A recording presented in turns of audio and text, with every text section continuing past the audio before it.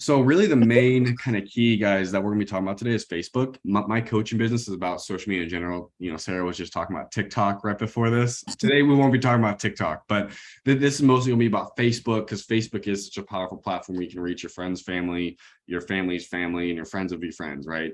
So we'll just be talking about a few ways to make the algorithm like you, because you can make the algorithm, Facebook and Instagram algorithm, either your friend or like your enemy, and I'll show that to you. A couple keys on how to just make posts better on Facebook, 5 things not to do when posting on Facebook, and then just some post examples of realtors who, are successful and they're constantly posting, they're building their brand, and they're becoming that go-to realtor in their area, not just because they have a successful real estate business, but because they're putting themselves out there, they're sharing about their life, and they're staying top of mind to people, so that when those people, friends, family, are actually wanting to buy or sell a house, they're the ones that they think of. So we'll just kind of talk about a few stuff like that.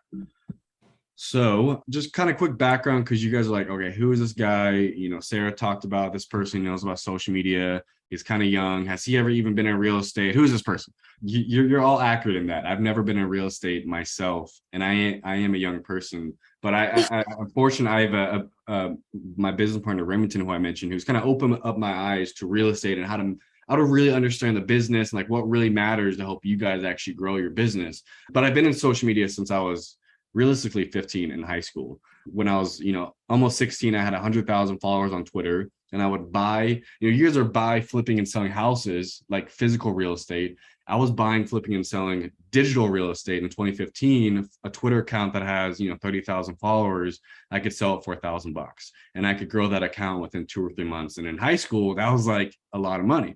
So that was kind of my introduction into social media. Twitter specifically was like my platform. I actually had a skateboard business at the time, and so I was curious about how can I sell skateboards on the internet. Long story short, I didn't figure out how to do that because I couldn't create a manufacturing business that created the same board consistently. That was really hard. But the social media side of things crushed. And so I said, I'm not going to make skateboards. I'm going to focus on social media. So I ended up launching a social media agency and partnered with a pretty successful company in Phoenix, Arizona. I lived out there right after I graduated high school, and some of the ad accounts we were working with are some pretty big names. You guys can see them right there. Golden State Warriors, Rosetta Stone, GoDaddy.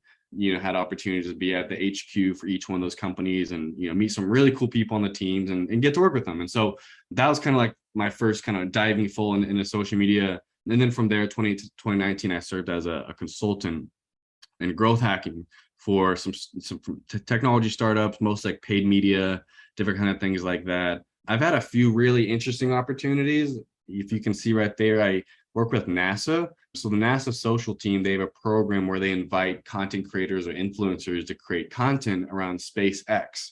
So SpaceX, which you guys are probably very familiar with Elon Musk, is most of the launch pads and a lot of like the actual ground that they're launching these rockets on, specifically in Florida, is all NASA owned. So NASA leases all this equipment and engineers and a lot of these just kind of, I guess, resources and assets to NASA, because I guess that they have figured out that it makes a lot of sense for them to partner. And so that NASA actually wants to become less of like a National Geographic of space and more of like a cool, sexy company like Elon Musk and SpaceX. So anyway, they just invite a lot of young people to just film content. So here's me drenched in rain, holding a $5,000 camera, but I don't even care if it's getting wet because I'm literally 30 feet. I think this is more like 130 feet away from a rocket that launched like 9 hours later or 10 hours later.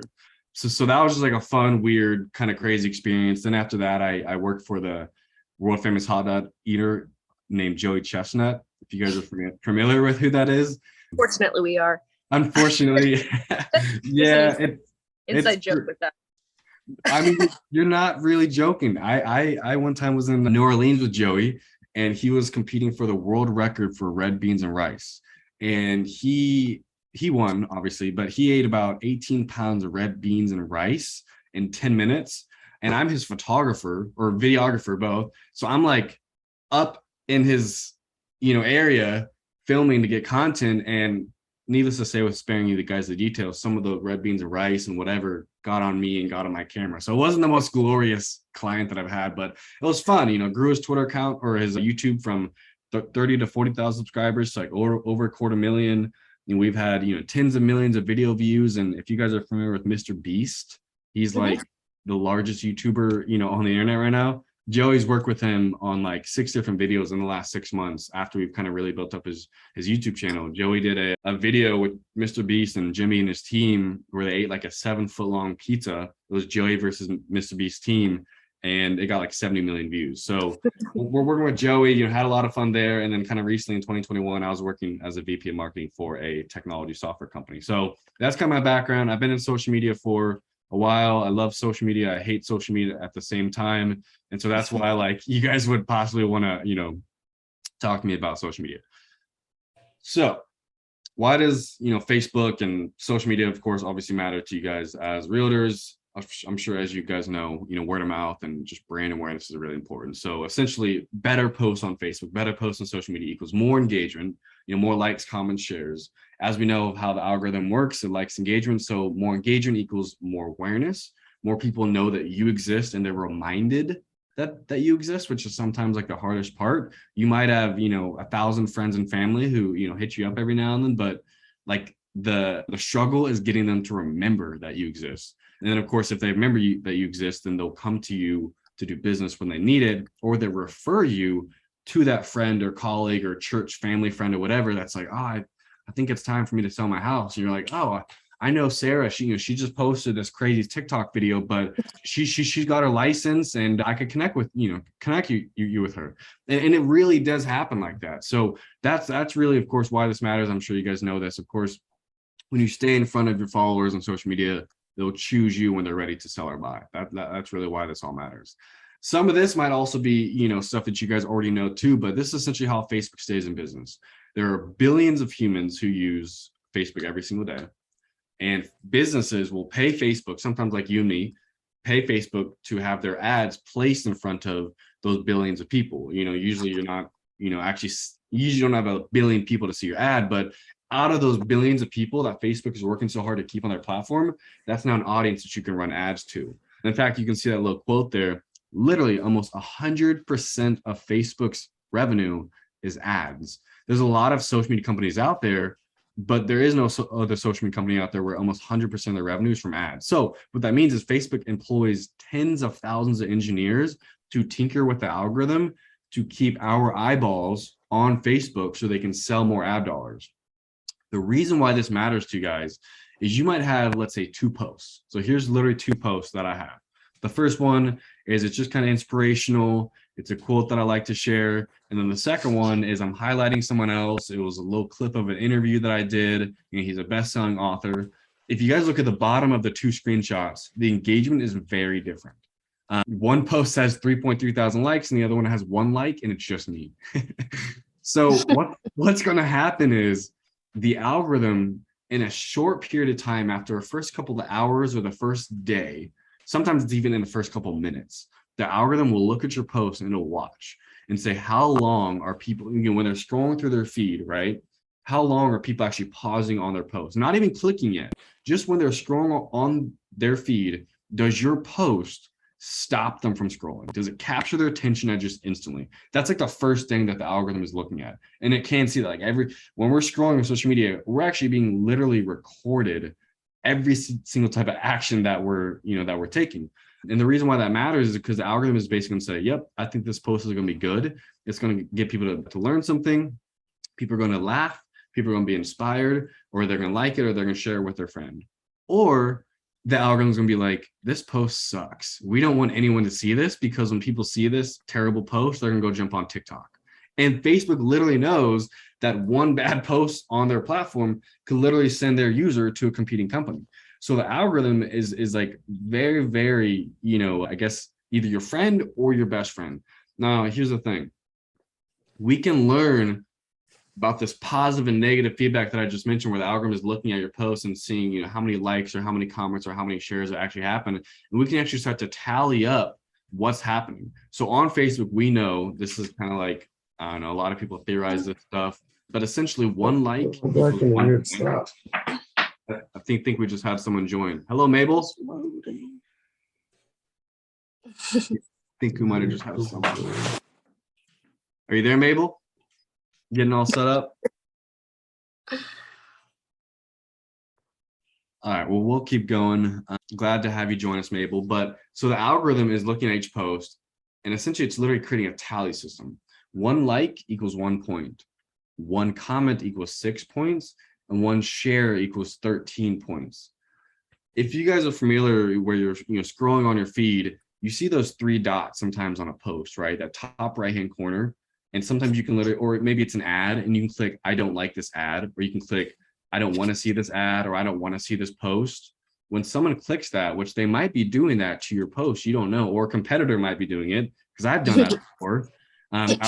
When I work at tech startups, I've literally gone to their posts and click, I don't like this ad on all their stuff, because the algorithm will see, oh, someone click, I don't like this ad, that is negative 100 points. So if you have 99 likes on a post, but one person said, I don't like this ad or I don't like this post, then you have a deficit. You have more negative points, if you will, than positive points. It's literally like a video game.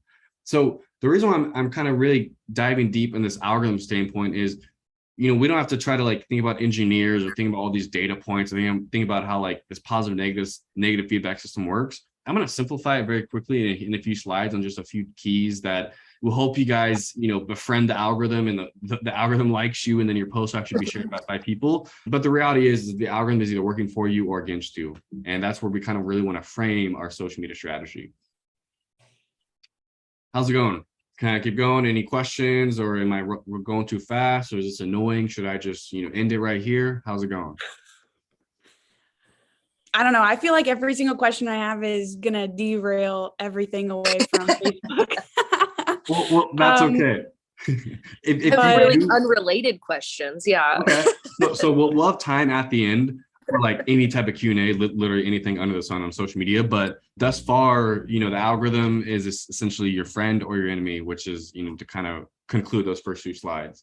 And yeah, and it's actually crazy because not only can the algorithm penalize you, but if you see the screenshot, this is actually something that I literally just got from Facebook about a week ago. This is a new program. I've never seen it before. I did some digging. This is really a new program, but you guys might be familiar with how people talk about how organic reach is dead on Facebook. And in many ways, it kind of is. Like, it's really hard to get, like a video post 5 years ago on Facebook is very different than a video post nowadays, purely because there's just more people posting on Facebook. So the algorithm has to be almost more selective on which posts actually get seen by more people. So this is literally Facebook saying, hey, Jeremy, you're having quality posts and you're having daily engagement. So because of that, we're going to give you increased visibility. Like, Facebook is literally saying, hey, you're posting stuff that doesn't suck. We're going to give you some better organic reach. We want more people to see your content because it just is actually interesting. And maybe it's engaging, maybe it's inspiring. And then of course they give some tips on like, well, how can you keep up the momentum? How can you double down? Which is actually some things that I'll share about in some slides here in a second. But, they say use a variety of post types, try Reels, try a Facebook Live, try a story, try a video, of course, right? Which I'll share about those here in a second. Find comments, to your posts that can create conversation. Comments are very important. I'm going to talk about here in a few minutes how important it is to reply to every single comment that you have on your Facebook post, and not even just like with an emoji, but when you reply to a comment on your Facebook post, maybe ask that person a question, because then they'll reply to your question, and then now you're getting 2 or 3 more comments from the one comment on your post. And if you remember, every comment is 6 more points. So you can literally think about it as like a video game. Like if you're playing NBA 2K or Call of Duty or whatever, like I'm trying to get this many points to unlock this certain level. Literally every single another comment is another chance that more people will see your post. Because specifically, if I were to go comment on Sarah's post or Emily's post or one of your guys' posts, then my followers on Facebook will now have Emily's post on my feed, and it'll say Jeremy commented on Emily's post. Check it out. And then now my followers might go to Emily's post and be like, oh, that's really interesting. Oh, she's a realtor. Wow, I actually need to talk to a realtor next month. So like the more comments, the more engagement, of course, is really important. And here's literally Facebook rewarding me with better reach because I'm, responding to those comments. All right, so now we'll dive into strategy a little bit, just some simple tips, simple tricks on just how to make some better posts on social media. I find I talk to a lot of realtors. I probably talk to 30 different realtors every single week. I've got a group coaching model, a one-on-one coaching model, and then of course working with Remington in the real estate magazine with real producers. And a lot of these realtors, they'll talk about how they aren't getting any likes, they're not getting any new followers, they're not really having people message them on social media. And I'll go to their pages, and the only thing, well, one is all the posts that they're posting gets like 0 likes or maybe 1, and that 1 like is like themselves or their mom or something. But all of their posts are just a very basic listing post. The link of the listing is in the post. There isn't really like a cool, sexy caption about like what's really cool about that house. It's literally just like they took the link to the listing and then just posted it to Facebook.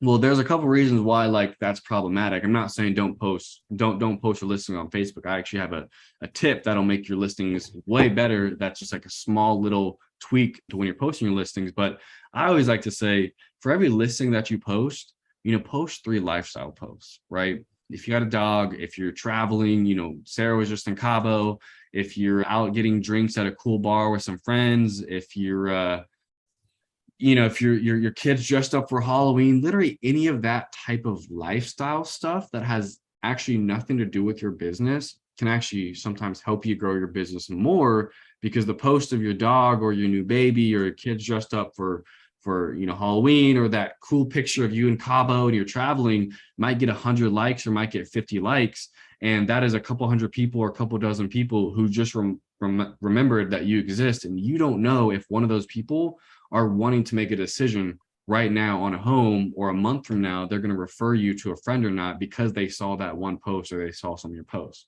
So don't, just only post listings. Listings are, of course, very important, but try to have a ratio of like 2 or 3 lifestyle posts, picture of a dog, picture of a cat, picture of your kids, and then your listing, just so it's not only you're constantly hounding that, hey, I'm a realtor, do business with me, because chances are it's maybe annoying or it's just not really engaging. I mean, I'll tell you right now, if I'm following you on Facebook and that's all you're posting, I'm probably not going to like any of your stuff. And we have to kind of like almost reframe why we're posting on social media, which is really to get engagement. So 5 keys of posting on Facebook. I just mentioned the first one, 3 lifestyle posts for every listing. Then you don't have to overthink it. Like, it could literally be as simple as you just started a garden in your backyard and you're just taking a picture of a garden. Or, I've got a hot tub, and sometimes I'll post a picture of just me and my fiance just sitting in our hot tub, enjoying just nature. Just a very simple post. There's not even really much going on, but just a simple post I can throw on Facebook or on my Instagram story or Facebook story, and then it gets a couple hundred views. So, lifestyle posts for every listing post. Side note. Go ahead. Side note, I found a cute picture of a cat that I'd never seen before, just an internet cat. And I posted it yesterday because I was like, everyone loves cats. I've never seen this picture of a cat. Maybe other people would want to see this picture of this cat. Okay, Emily, that's perfect, because literally my second point is create content if you can't create it. If you don't have a cat, find a picture of a cat, because it's going to get likes. Like, that's literally perfect. Remington has like a funny quote that's like, babies and puppies or kitties will always get the most amount of likes on Facebook. Yep. So if you're not posting anything, go find some meme about a kitty cat or a dog or something and post it, because like it works. It's kind of funny, but it works. So yeah, thank you for saying that, Emily. Number 3, try something new. You literally just saw Facebook telling me to try new things. Try a Facebook Live, try a video, and post a picture. Just get out of your comfort zone of like maybe what's normal to you on social media if you are already posting, and try a Facebook Live, because the reality is, if you do a Facebook Live, or if you do post that picture, if you do what Jeremy says, you find some random picture of a cat on the internet and you post on Facebook, and if it doesn't get any likes, then just delete it. No one is watching your Facebook account and is saying, oh, at 11 o'clock, Jeremy posted that Facebook post, but at 3 o'clock, he deleted it. That's embarrassing. He must be so embarrassed and insecure about his social media. Why would I ever want to do business with him? I promise there's not a single person who's thinking about you and your post that much. Maybe unless you're Kanye West. Like, I follow what he posts a lot because it's like an entire like entertainment TV show. But like, the chances are no one's really looking at your post and saying, oh, I think they deleted a post. So realistically, post anything. Obviously not anything. Don't go to jail because you post something really bad, but try new things. And if it doesn't go well, then just delete it. And also remember, guys, when I was talking about the algorithm is taking careful note on what you guys are posting and how well it's performing. And if you maybe made a post and a month later there's only a couple likes or only 1 like or 0 likes, then that post isn't doing you any favor. It's actually just making it harder for you. It's making a more negative relationship with you and the algorithm. So just delete the post. So trying new things, delete the post, giving us permission to delete a post because it feels weird is almost like a breakthrough. For me, for many, many years, I was like the social media guru, and I would sometimes be afraid of posting something because if it didn't go well, how can I, as a social media guru, have a post that doesn't do well? Wow, that's so embarrassing. But actually, when I made the shift to realize, no, I can delete anything. In fact, most people who have millions of followers on social media, they delete stuff pretty often and pretty periodically. It actually is more of a freedom standpoint. It gives me freedom to post more things, and there's actually less anxiety and less insecurity. So try new things, delete it if it doesn't go well. Number 4, reply to every comment. Every comment, again, is more points to your posts. Comments are really important. And when you're replying to those comments, try to create a conversation. If it's a colleague that you haven't talked to in 3 or 4 years, ask them what they're doing nowadays and do it in the comment section. As long as it's not too private information or whatever, if you create a conversation in your comment section, then sometimes other people will go jump into that comment section. So if it's like a controversial post, maybe you want to post about politics. I'll never tell someone don't post about politics or do post about politics. You have to make an internal decision about if you want to alienate certain people, but attract other people. Like that's an internal decision that you want to make. But if you are posting controversial stuff, people are going to go comment on it. And even if they're negative comments, people literally saying this post is bad, the algorithm doesn't care that they're saying that. It's still a comment. And so it'll get you more organic reach. So reply to every comment. Yes, Number 5. even especially the hate comments, reply to all of those. I love the hate comments. And like at the beginning of this year, I really went hard on TikTok, on like my real estate TikTok. And so I was getting all these hate comments, and like people are saying like, I'm never taking advice from a child about my financial blah, blah, blah, or whatever. And so I'm making all these video replies to these people's comments because like, I'm just sitting over here cracking the fuck up. And my dad's like, why are you engaging with all these haters? Why are you like giving into it or whatever? And I'm like, they're giving me free content and more engagement. Like, thank you. Like, thank you for commenting something mean, because then I get to come on here and be like, oh my gosh, thank you so much for that comment. That's a really great comment. And I get to turn that around. And so I love the hate comments. They fuel my day. Yeah, and I mean 100%. They can definitely be fun. And I've even like managed social and just brand for pretty large brands before. And this is also a thing with like large companies, and they're like, how do we respond to hate comments? How do we respond to people, trolling? The reality is some posts are just so ridiculous, like, they're just, you just got to delete it. It just literally so bad. Sometimes that does happen. But to Sarah's point, if they're just hating or just commenting stuff like, why would I take advice from a young person? Those are actually great opportunities for you to show to other people how you respond to that, because people like drama. And if there's a negative comment and then the creator of that post responding to that person, that's drama. And how you respond to that person, people are watching that. And so if you respond to it in like either a funny way, or you make fun of yourself, or you make fun of them, but in a kind of a lighthearted way, or you actually prove them wrong, it can actually bode very, very well for you. So yeah, sure, Sarah, I appreciate you saying that.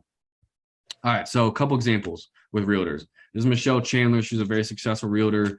Here she's doing a Facebook Live, right? 14 likes, 6 comments, 12 shares. Just a super, nice thing about Facebook Lives, you don't have to like script anything. You don't have to have like this whole setup. It's literally you just pull out your phone. Hopefully you're not shaking all over the place where I'm going to have like a seizure from watching your video. Sorry if that's aggressive, but like, just simple, hold the phone in front of you. Of course, people get the notification that you went live. So Facebook Lives can go pretty well. And here's a couple examples of highlighting customers. The guy on the right, Kevin, he's actually been a past customer of mine, but he was a wrestler in his past, like a low-key professional wrestler. So he's got this belt, and every single customer that he has, he tells them to like put it around the shoulder, and he takes a picture with them, and then he posts it on social media, because that's a little unique thing about him that he can build his brand around. So like little unique things about each of you, interests that you have, you can actually incorporate that into your brand as you're building your personal brand as a realtor. Here's just a funny one. They're just, holding up their customer. It's some young guy. It's just, it's interesting. It's exciting. For every customer that you have, that's another, nice post that you can share. Engagement posts, sometimes that I like to call them, that is really kind of geared around getting engagement.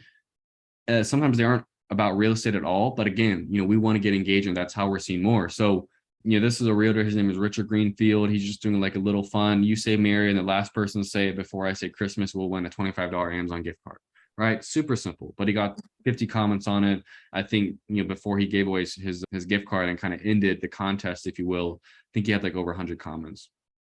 Here's one with Francis. Literally as simple as, what's your favorite candy? But okay, 5 likes, but 48 comments. So people are commenting on, they're engaging, it's fun. So she's getting engagement. Here's our examples of curating content. About, I want to say 8 months ago, maybe 9 months ago, this is a massive house that went up on listing, went up to public market in Indianapolis.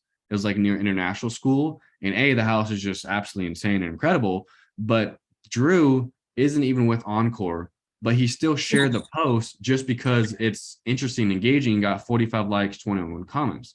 Cameron, he literally shared a post from a page that just shares pictures of beautiful houses. And he just, talk about, all of this, sitting on almost 2 acres of Indy. So it happens to be a house in Indy. So that's like his market. That's his audience. People want to look at houses in Indy, but it's some random page that just posts pictures of old houses. And he shared it, put a little caption on it, and he got 90 likes, 35 comments, 3 shares. So you don't even have to create every post. You can sometimes just share something or find a picture of a cat on the internet and post it, and it can, bode pretty well for you. These are examples of like educational posts. Here's Drew again. And I think this is a gem right here with a second post, but you're just sharing valuable information, like what's happening with the market right now. The media says one thing, they're trying to get clicks for their headlines. But me as a realtor who is actually in the business, I'm saying another thing, right? That information and you being an insider in the market is valuable to people. And so you can share that on social media. Using quality images and posts, I'm a big fan of never using stock images because most time people can see that's a stock image. And that just shows that you don't really put effort into it or it doesn't really look authentic. So you literally just wishing people, a good year, and then a bunch of inspirational stuff and then pictures of some boats. 257 likes, 125 comments for Karen. For Francis again, this is a listing post. She put the listing in the comment section, which I'll explain the value of that in here in a second. And she just posted a picture of her sitting in the room of the house, 28 likes, 3 comments, right? The reason why I want to share this post specifically with Francis is because when you post a link to like a listing post or like a YouTube link on Facebook, like you actually share the link in a post, you're asking Facebook users, which if you remember how they make their money, to leave Facebook and go to Zillow or go to your listing website or your business website or go to that YouTube link or whatever it is. So you're literally asking Facebook for the users to leave their platform. So if you remember what I was just explaining, how they have 10,000 engineers that they've hired just to tinker with the algorithm to make it so that good posts get seen and bad posts don't. If you post a link, that probably will have some type of effect on your post. So don't post links that take people off of Facebook in the actual post. Put it in the comments, or either be like, message me for more info. Either be like, message me for more info for this house, or just say more info in the comments, and then post that link in the comments, and it won't penalize your post. Same thing happens with LinkedIn. In fact, most other platforms, if you post a website link or a YouTube link, some type of link that takes their users off their platform, you're going to have more of a struggle on getting people to see that post. Does that kind of make sense? Yeah. Are you able to see the comments or the chat? Oh yeah. I know sometimes people say it's hard when they're on recording. Yeah. Oh, you're babysitting. No problem, Mabel. Okay. How do you decide when to make it a post on your page versus a story post? Great question, Austin. I appreciate that. So as you guys know, if you post on a story, it disappears after 24 hours. If you post on your actual page, it stays as long forever. Realistically, stuff that I'm posting on my story is stuff that's like more in the moment sometimes. Like if I'm getting food or if I'm at an event, I almost have like, I'm almost more selective with what I actually post on my page. I almost want it to be like a really good post or a really cool picture, at least for me. Granted, I'm not a realtor trying to sell, listings, so I'm not thinking about like all these different posts, but for me, I'm very sparingly posting on my actual profile and on my actual business page. Those posts are usually like, just they're almost all winners. But sometimes I'll post just anything on my Instagram story. It could be a quote that I just found. It could be a book that I'm reading. It could be, like I mentioned, a drink that I'm drinking. It could be something funny that I just kind of saw in the moment. And so those things where I don't really care that they disappear for 24 hours, they don't really, make much of an impact on my brand. They're just kind of quick. They're kind of like quick little touches, if you will. Those are good for Instagram stories. Anything that doesn't require, like a video, for example, a video should probably be posted on your page. Someone who's looking at Instagram story, they're probably going to take just a few seconds, or they're just going to kind of swipe through those stories really quickly. So usually pictures are really good for Instagram stories. Anything that's like aesthetic, like that has like visuals that kind of stops people's attention on the story. But realistically, also the other thing is with Instagram stories is if you have a post idea or you just took a picture of your cat or your baby or whatever, and you still feel like this weird reverence or this apprehension of posting on Facebook, then just post on your story, because you still might get 100 views, but you don't have the pressure of that post living on your page forever. So like if you're not posting on your story at all, then definitely post on your, definitely post something on your story. Or if you're not posting at all, at least post on your Facebook or Instagram story. But if you are posting on your Instagram story and your page, I would just post stuff on your page that you actually want to live long. It's a picture of your family. It's a really nice listing post with a really cool picture of that house. But it's kind of up to you as well. So there's like a few things to kind of follow with like if you should post, like if I should ask myself, should I post this on my story or should I post it on my page? There's a few ways to think about it, but it really comes down to you. Is like, do you want this content to live forever on your page? Like it's really good. Like, oh, this is an awesome picture of me and my wife. I want people to see this for, more than just 24 hours. That's a good post. But if it's just, you got a nice, delicious burger at a restaurant or something, then that can be a good Instagram story post. So I hope that's helpful, Austin.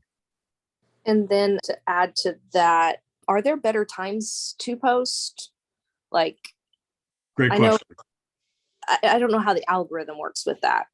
Like, yes. So great question. Because like the timing of when to post, it does matter to a certain extent, but it also kind of doesn't matter to a certain extent. So for example, if you post at 11 a.m. on a Tuesday versus like 2 a.m. on a Tuesday, obviously those times are going to be very, very different. If you're posting, an hour before lunch versus right at lunch, if you post right at 12 o'clock, that might be when people are getting their food or they just started lunch. So you're going to have maybe a lot more competition to get that post that you just posted at 12 o'clock, which there's probably a lot of other people who might be posting at 12 o'clock.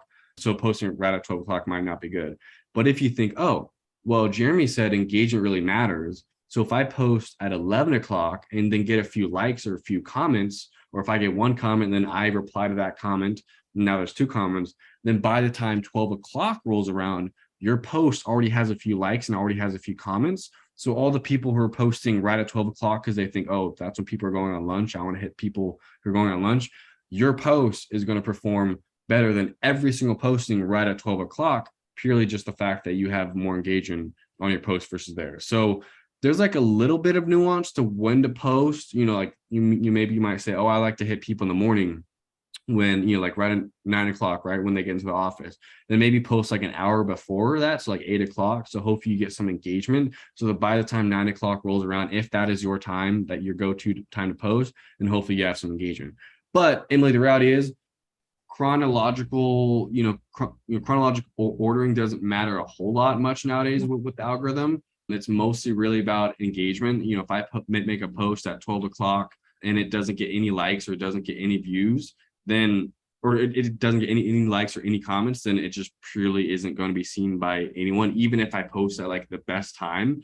But if I make a post that's like post at the worst time, like let's say 2 a.m., like, I gave that example, but for some weird reason, I get 100 likes on at 2 a.m., then the next day my post is going to actually be still popping up on people's feed purely just because of the engagement on the post. So, you might make a post at 12 o'clock on a Tuesday, but your post can actually almost be reposted, if you will, by the algorithm by being pushed to the top of people's feed every time there's more engagement on it.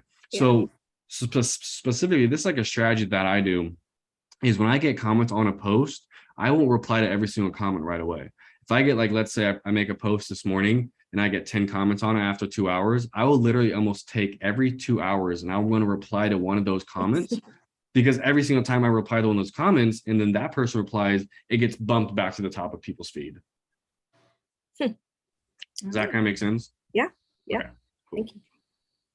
So moving along, like I mentioned, guys, delete the bad posts. You really can have 100% success with social media. No one can really see the bad posts if you delete them. 5 things not to do with social media. A little bit of recap. I mentioned, don't put the links in the actual post.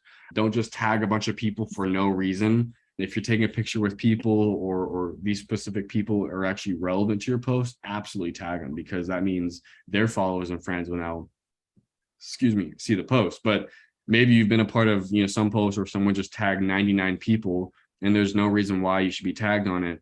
That just looks spammy. It looks scammy. It's annoying. If someone does that to me, I almost block them instantly, at least for me personally. So tag people as relevant on a post. You never try to beg for content. Don't say like, please comment, please share. Those are trigger words to the algorithm.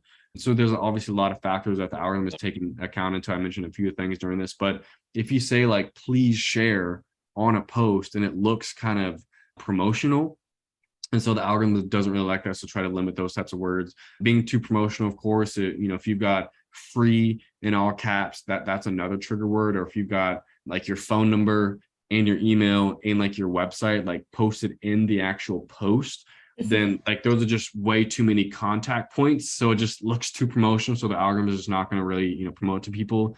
And then last one, I'm going to say being too timid, because you got to be willing to, get a little reckless or get a little creative or get a little weird with social media to really kind of see, some fruit from what you're posting.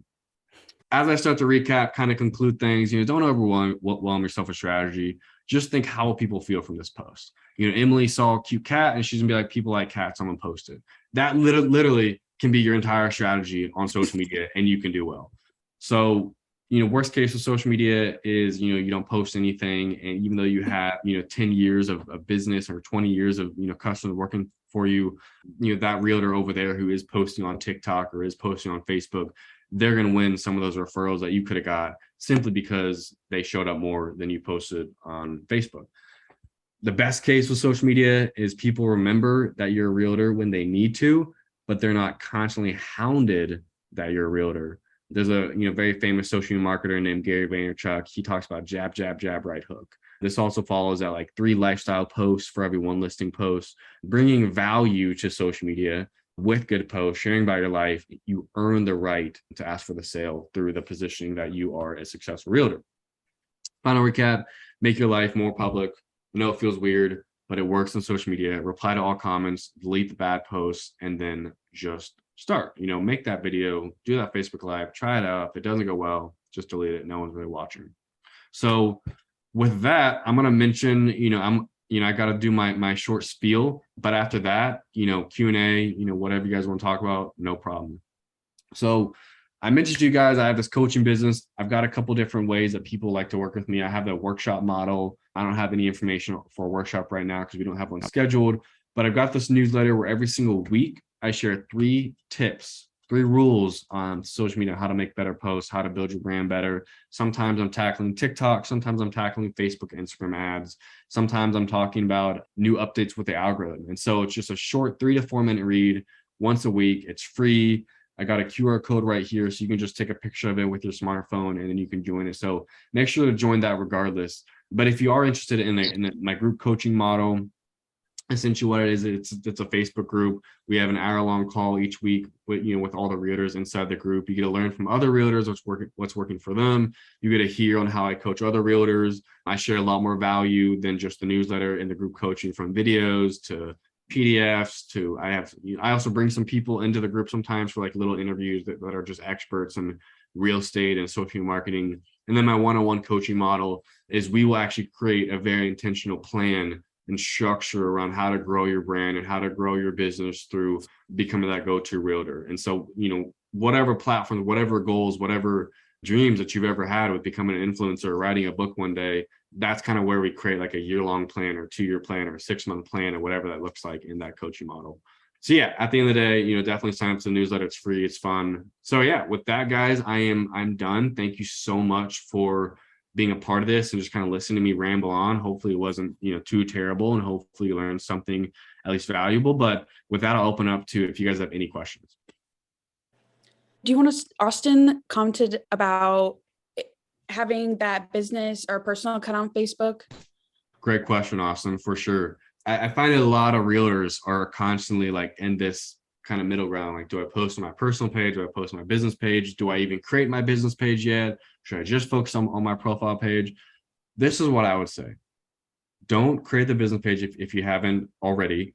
Just focus on your profile page first, because that's probably where you already have an audience. You probably already have friends, followers, or friends, family, past colleagues, church, family members, whatever. So you already have a little bit of an audience there. So you're not starting from scratch. Post there consistently. Find some rhythm. Find a pattern of the content that is working well for you. I don't know what that is. Maybe it's once a week you give a market update. And then maybe also once a week you share what meal you're making with your wife or your kids that day. So like whatever kind of consistent pattern, or once you start to find some success with your self-post on social media where you're feeling like, okay, this is going well, I want to start to double down. That's when you want to make a business page, because it's much harder to get impressions and engagement on a business page with a profile page. So don't go, what I would recommend is don't start with the harder one, focus on what's easier, which is your profile. But then if you want to double down, you want to run ads, you want to get into, collecting emails off of Facebook, you want to run ads on your listing posts, you want to just get purely more people to see your post, and you want to probably drop $100 on a video, or you want to look into the data, like where geographically are people looking at my content, because you can't obviously do that with a profile page, but you can with a business page because the data that it provides. That's when I would recommend making that switch, is when you want to double down, you want to go to that next level of spending more time, more effort, because then now you have 2 pages to be posting content of, 2 pages with comments to reply to. So when you feel like you are at that place to jump into that, go for it. Like that's awesome. There's way more opportunity with a business page than just a profile page. But I always recommend, I would recommend crush your profile page first, get to a point where you're happy with it, and then maybe you can think about going to the next step. Hopefully that's helpful. So on one of like the first slides you showed about the one post that was inspirational, and then the post of the video. Oh. So like in terms of like being mindful of trying to create something that's engaging, like what do you think about this post are like the engaging factors that got so much response? Oh, I just noticed one thing after the rest of it. The one with the stop sign has links in it. Yep. Anyone else have any other ideas? I don't know. Like every time I watch videos on TikTok about like increase your engagement and like be more engaging, it's like, okay, well, like, all right, I'll get right on being more engaging. Like, what does like, that what mean? does that even mean? Yeah. Yeah. So for one thing is my post, actually, so I'll start with the post on the right. So this is a post about someone else. I'm highlighting someone else, and usually highlighting other people actually bodes really well. In fact, I often talk about don't make your brand only about you. Post about other people, highlight other people. So usually sometimes this stuff works really well. But for whatever reason, there's a lot of factors that we can discuss on why this post didn't do really well. It could have been the timing. It could have been the fact that there's multiple people being tagged. There's 2 tags right here. There's a tag right here. The video itself is a little bit pixelated. It's not super high def. The colors, like this red that I use for human being. Yeah, so the reason why I did it, I remember when I did this video, because I did this one myself, is I was trying to match the color of his shirt, but it's actually like, it's not a very enticing red.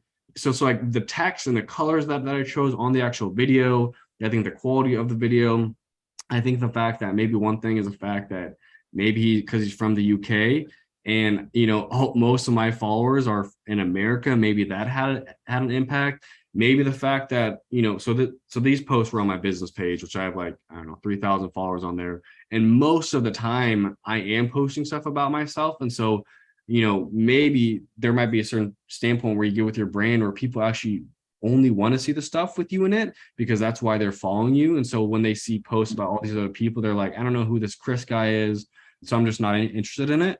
Just because I post, like, I've probably so this is around 2020 when I posted. I've probably posted 500 videos on my business page in the last like 6 years. So because I've gotten to that point, people might be like, no, Jeremy, I only want to see your stuff.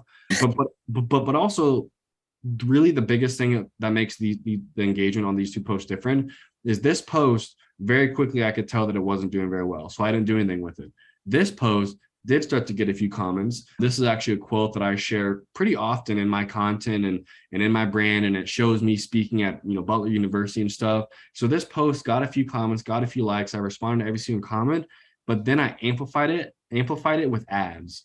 So that is one of the nice things about business pages is when you have a post doing well, you can amplify it because the algorithm, once that post has proven that it's getting engagement and people are liking it, people are commenting on it, and maybe they're even sharing it, then if you run an ad on it, you can actually have super, super cheap ads. On this post specifically, I'm pretty sure I ran $1 a day it was like 180 days or so. So it was $1 a day, which is like the minimum that you can spend on an ad. So I ran it over a long period of time. So these 3.3 thousand likes was probably like over 6 months or so. And in the first, I'd say in the week, it probably had maybe 20, 30 or 40 likes, something like that.